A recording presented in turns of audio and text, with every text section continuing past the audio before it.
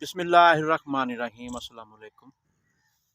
तो मेरे ज़िमीदार भाईओ साडी अज वाली वीडियो का जिहड़ा सियाको सबाक ये होएगा कि देखो पिछले सालों की तरह इस साल भी काफ़ी सारा स्ट्रैस देखने च आया वा।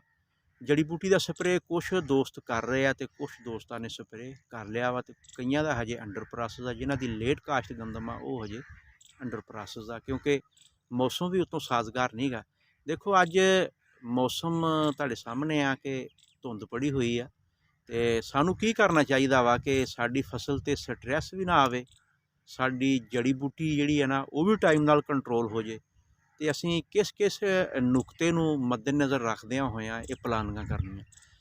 देखो चार जहरां जिहड़ियां ना ये गंदम दी जड़ी बूटी हरबीसाइड ये इस्तेमाल हुंदियां, जिहड़ा साडा चौड़ा पत्ता और साडी ये जिहड़ी दूसरी जिसनूं असीं जवी कहांगे इन्हां सारियां नूं कंट्रोल करदा। ते फिर सानू की करना चाहिए कि साडी फसल जिहड़ी गंदम दी है स्ट्रैस तो भी महफूज रह जाए, तो सानू कंट्रोल भी अच्छा मिल जाए और साडी पैदावार भी अच्छी आ जाए। देखो अगर तुसीं नवें हैं तो चैनल नूं सबसक्राइब कर लो तो बैल का बटन दबा दिओ ताकि टाइमली तुहानूं ये जिहड़ी वीडियो आ ये मिल सके।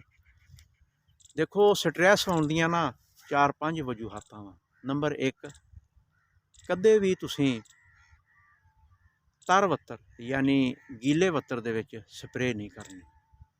फिर धुप निकली होवे उस वक्त स्प्रे करनी है, मौसम नूं मद्देनज़र रखे हुए स्प्रे करनी है। तीसरा, अगर तुसीं स्प्रे करते हैं तो बारिश आ जाती है फिर भी स्प्रे असर नहीं करेगी, उल्टा स्ट्रैस च आएगी फसल। चौथा है कि जिहड़ा स्प्रे मैन है ना वो टी-जेट नूजल का इस्तेमाल करे तो फिर भी फसल ते स्ट्रैस नहीं आएगा। साडे अक्सर स्प्रे मैन जिहड़े आ ना वो स्प्रे गलत करते हैं, दोहरा स्प्रे कर देंगे या कितों पाड़े रह जाते हैं, तो इहदी वजह नाल भी साडी फसल ते स्ट्रैस आ जांदा वा। ते इन्हां सारियां गल्लां ते तुसीं अगर पूरी तरह कारबंद रहने आ तो अल्लाह के फजलो करम नाल और तुहाडा जिसने स्प्रे सिलैक्ट की है फार्मूलेशन भी तुहाडी ठीक है, तो इंशाअल्लाह ताला तुहाडी फसल ते स्ट्रैस नहीं आएगा। तो दूसरा, चौं जहरां दा मिक्सचर आ जिहड़ा पूरी दुनिया दे विच इस्तेमाल हुंदा और उही साडे पाकिस्तान च इस्तेमाल हुंदा। ते साडे जिहड़े बैरूने मुल्क आ, तरक्की याफ्ता मुल्क आ, उत्थे गंदम दी फसल ते स्ट्रैस नहीं हुंदा, ते साडे क्यों स्ट्रैस हुंदा?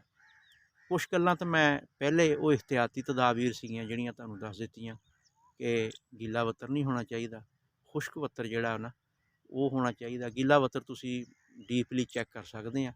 एक आम जे सादा तरीके नाल भी तुसीं वत्तर देख सकते हैं कि मिट्टी लैके उसका तुसीं इस तरह गोला जिहा बना लेना। अगर तुसीं इह जमीन ते फेंकोगे, अगर वो खिलर जावे ना तो समझो कि तुहाडा जिहड़ा ना खुश्क जिहा वत्तर आ, वाहण वाला वत्तर आ, तुसीं स्प्रे कर सकते हैं।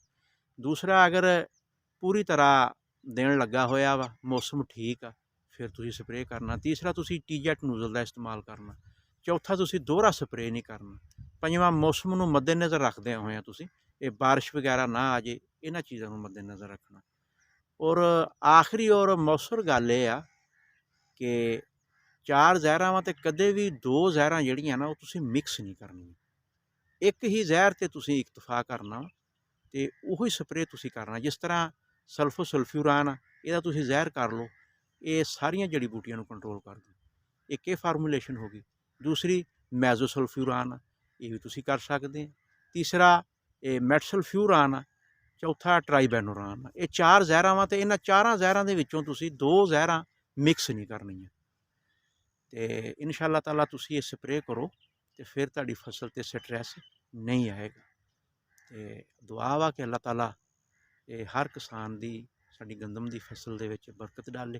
ते दुआवां च याद रखिया जो नैक्सट वीडियो तक असीं इजाज़त चाहने। अल्लाह हाफिज़।